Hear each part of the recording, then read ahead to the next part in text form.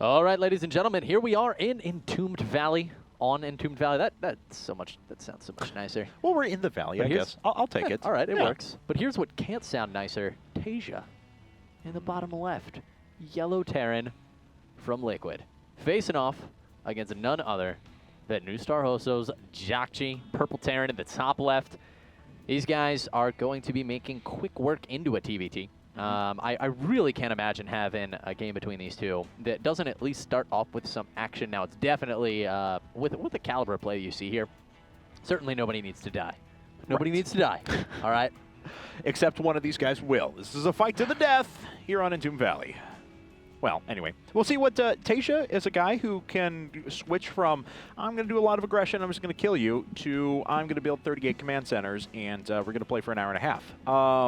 He also has this uncanny ability to go from a to really have minimal defense against a big old all-in and come back with 3 times the amount of units that his opponent has about 10 minutes later. So yeah, TsHoSeo's a really adaptable player.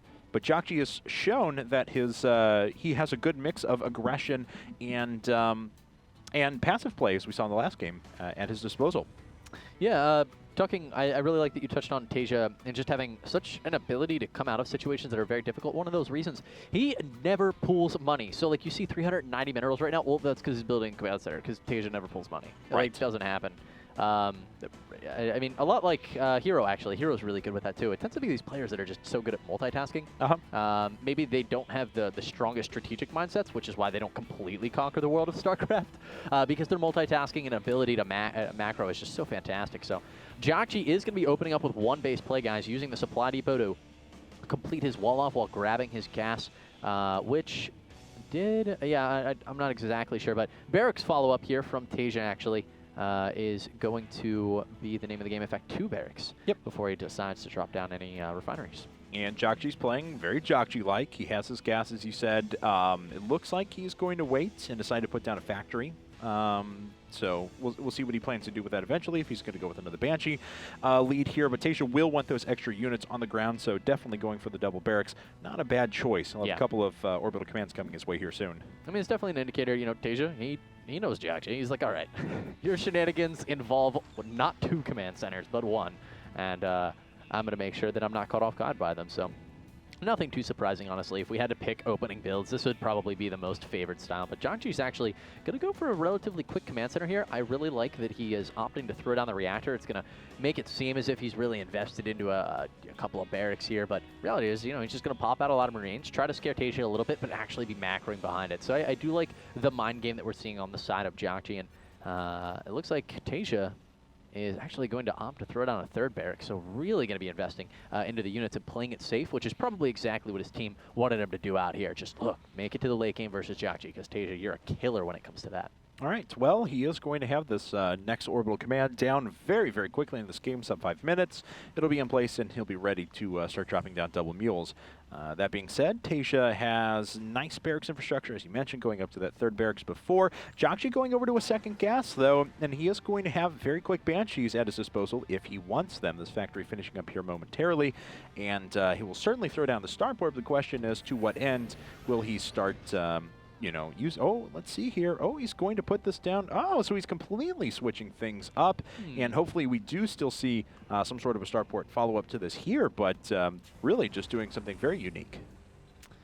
I saw Marine King do something a little bit like this. I remember it so well because it was on Entombed Valley. So I'll be looking to see if we see a relatively quick 3rd here out of TsHoSeo or out of Jakji, excuse me. I'm just kind of having a flashback right now, but either way, TsHoSeo, you know, he's going, well, we see the tech lab. He threw down double refineries at the same time when that barracks was about halfway done. So starting to ramp up the gas as much as possible. Now, realizing, okay, Jakji, I see that you've grabbed your expansion now. I mean, you've got a ton of Marines at the bottom, or at the top of your ramp. So TsHoSeo trying to make the transition out of this early game play, realizing, okay, I'm safe. It's time to get into my comfort zone.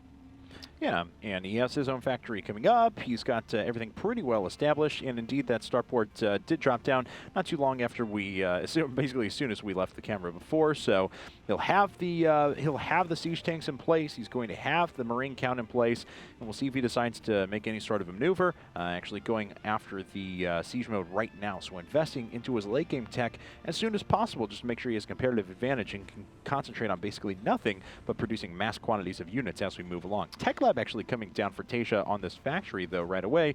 No initial reactor coming up. We'll see if that swaps onto a barracks or not. Banshees with combat shields would be a very interesting combination. We'll see if TsHoSeo goes for it. You know, give a lot of sustain to his ground force with those 10 extra hit points per Marine, but he is opting for combat shields. Definitely worth mentioning. Jockey, on the other hand, has not started really any upgrades yet besides his siege tech. It's the only thing he's currently got out on the field. 2 barracks also going to be dropping down for him. And those medevacs are just starting to pop out as he moves out into the middle of the map, trying to get TsHoSeo on the defensive end. But TsHoSeo is actually chilling out the bottom of his ramp as well. So looks like both these guys are not afraid to engage. But somebody, well, Jockey, probably with these siege tanks, now that siege has completed, TsHoSeo is only halfway done. Jockey going to be pushing the envelope just a little bit. And TsHoSeo better be scared of this because, whoa, now he knows, and he's got to back out of there. Yeah, already running back now to a bunker and eventual siege tank placement for himself. So he is, it looks like a bit ahead on general unit production, but as we can see, yeah, I mean, that's due to the fact that he does have the 4 additional SCVs at the moment, but Jockey's got a really powerful position containing this at the bottom of the ramp. It's a really cool timing out of Jockey, and it was actually very important for TsHoSeo that he slowed it down by being out in the middle of the map. If this had started 30 seconds ago, TsHoSeo would just be in such a difficult position. As we see, SCVs all get knocked in the red. He's going to have to pull them off the line, bring a new set of SCVs out to try to save the bunker. No, bunker's going to go down too quickly. Jockey maybe overcommitting with his investment here, really wanted to kill that siege tank.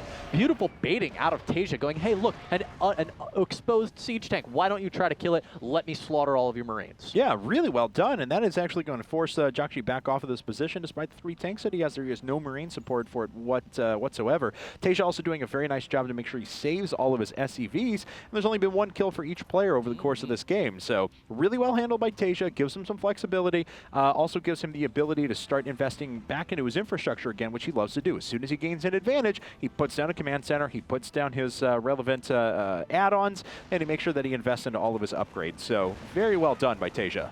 Yeah, I mean, it's 400 minerals he's not going to need after that engagement with trading so many Marines for so few. Viking's going to be getting him a nice amount of information as well. Sees the engineering bay researching. Marines going to try to get in a little bit of damage here, but really the Vikings have seen everything they need. Ooh, a couple extra Marines. That might spell the death, yes, of one of those Vikings.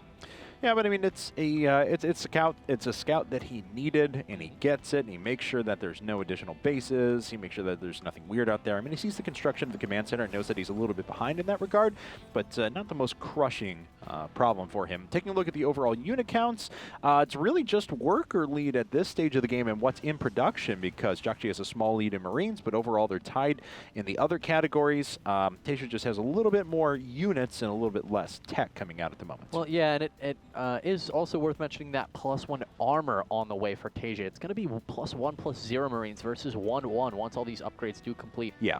TsHoSeo doesn't have Stim done quite yet, but once he does, it's going to be finishing up at the same time as +1. It's just going to be, or excuse me, I'm Jockey here. Jockey with the +1, he's going to have a little bit of a timing where TsHoSeo's going to have no upgrades. If you take a look at his, they're behind Jockey's, whereas Jockey's got Stim and +1 about to finish here. Could have a really nice window if he decides to push, but it doesn't look like that's his intention. It seems as if he's just going to play a little bit of a defensive game for the moment, and that's going to put TsHoSeo ahead in the long run, who is investing into double Evo and an expansion.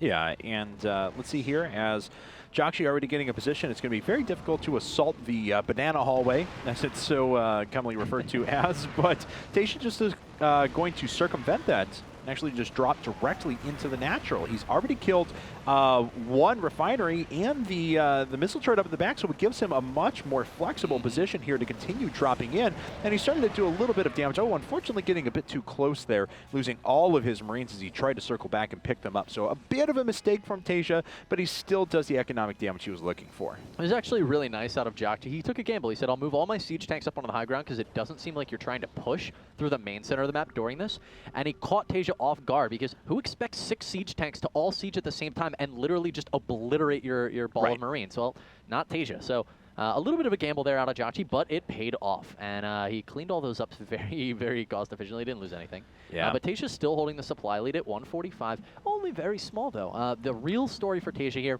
is take a look. 1-1 is now completed. He's on his way starting 2-2. Jagchi still hasn't started a second engineering bay. This is when you'd start one right now, as +1 is nearing completion. So he's going to be way behind on upgrades in the long run. That was a lot of dead Marines, though. God. Unfortunately, Tasha caught way out of position. Jagchi can't take advantage of this, though. There were still enough units with enough medevacs overhead that he protects his own siege tanks, but that could have been disastrous. We actually see that there's a 2-to-1 Marine to tank ratio right now. Okay, picking up a little bit as more finish, but these guys have a lot of tanks on the map. This is going to be a very position-heavy game. Yeah, they definitely do. Right now, Tasha, the one with the position advantage, definitely worth pointing out, because he's holding that Zelnaga tower, which makes it very difficult for Jagchi to move him. He'll have to take both the banana always, if you will, and it's a very, very long circumnavigational route, if you will. Basically got to go halfway around the world. And if he tries to attack Tasha via that route, Tasha will just move right up into Jagchi's base, and Jagchi will only be halfway to Tasha's base. So really, Tasha is the commander and in control of this game right now. He's also got a supply lead by about 20. Yeah, and he's finishing up his 4th command center. That's not to say that Jagchi is out of this game, though, in any way, shape, or form. TBT is probably the one where it could so easily just sway. One misstep, if you run into siege tank fire just a little bit too aggressively, you get destroyed. And Jagchi's actually being flanked at the moment, going all the way around here. The one thing he's got going for him, though, are these 16 Marines loaded up in these medevacs that he's going to try and do damage with back at home. Absolutely, Kevin. Tasha has no idea those are there. He's very much too concerned with this attack. The Marine's going to be moving forward right now. Nice target fire on the siege tank, going for the second one as well. Beautiful target firing out of Tasha, but at consequence to balling up his Marines. Took heavy amounts of splash damage there.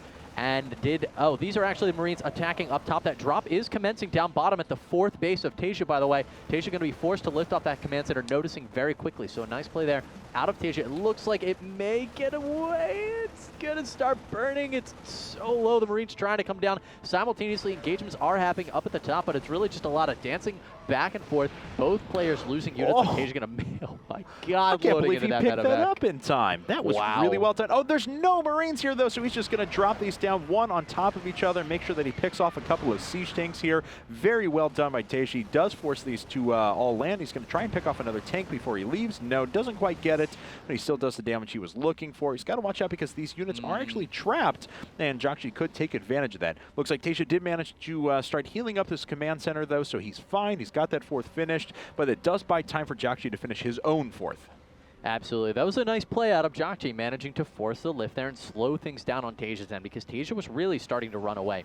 But here we are now with Jagchi having staggered 2 upgrades and +1 for his vehicles on the way, whereas Tasha has +2 further along, actually, than Jagchi's even +1. So he's going to finish +2 before Jagchi has finished any upgrades for his tanks. And 3-3s on the way. This is going to get pretty sticky for Jagchi once 3-3 and that +2 are done. So in a couple of minutes, 2 or 3 minutes here, Jagchi's going to be hard pressed. Oh, and look, he pulls units out of position by taking out that medevac and moves up and kills 4 siege tanks. Wow. Jagchi going to come back and try and siege up once again, and he is actually maxed out at the moment, but we mentioned the upgrade disparity before. We mentioned, you know, Tasha does have a little bit better grip on this game, especially with that 4th command center coming up. So even without all of his units allocated, he's picked the right moments to move in. It looks like he will actually be able to save this. Jagchi dancing back and forth. He's done such a good job at distracting Tasha. It's really a testament to how good Jagchi's drop and harass playstyle really is.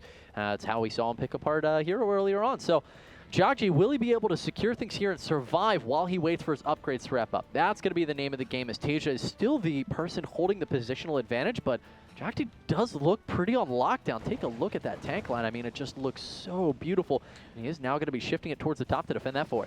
And as soon as he does, of course, Tasha going to start moving through here and sieging up outside of the natural. One tank getting caught a little bit too far forward there, and he does force yet another lift of this command center before it can become a planetary fortress. At the same time, there's a drop down at the bottom, and it's actually targeting out this command center, trying to kill it before anything else happens. Not all the Marines are engaging, though, so it's actually limiting what Jagchi Jiaxi can do, and he starts to rally back against the Marines themselves, but at the same time, 2 attacks going on. Jiaxi cleans up this one off to the left-hand side, but he can't yet assault this one off to the right. That command center is still not dead, and Jiaxi is losing all of his Marines. He needs to turn at the last second and just finish that command center off.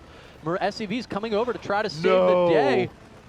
Are you kidding me? These are actually being healed up. He was being really confident in, oh, I'm going to be able to kill this command center whenever I want. Actually, TaeJa is going to save it. I can't believe it. And TaeJa keeps the orbital command alive, and just keeping it alive is such a benefit to him. Saves the 550 minerals, actually making it, keeps accumulating the energy that he needs, and he'll drop down more mules in time, so it's a huge economic benefit to him. And he's actually kind of pincered this army in here in the middle. Jiaxi has really had his Marine count reduced, which overexposes his tanks.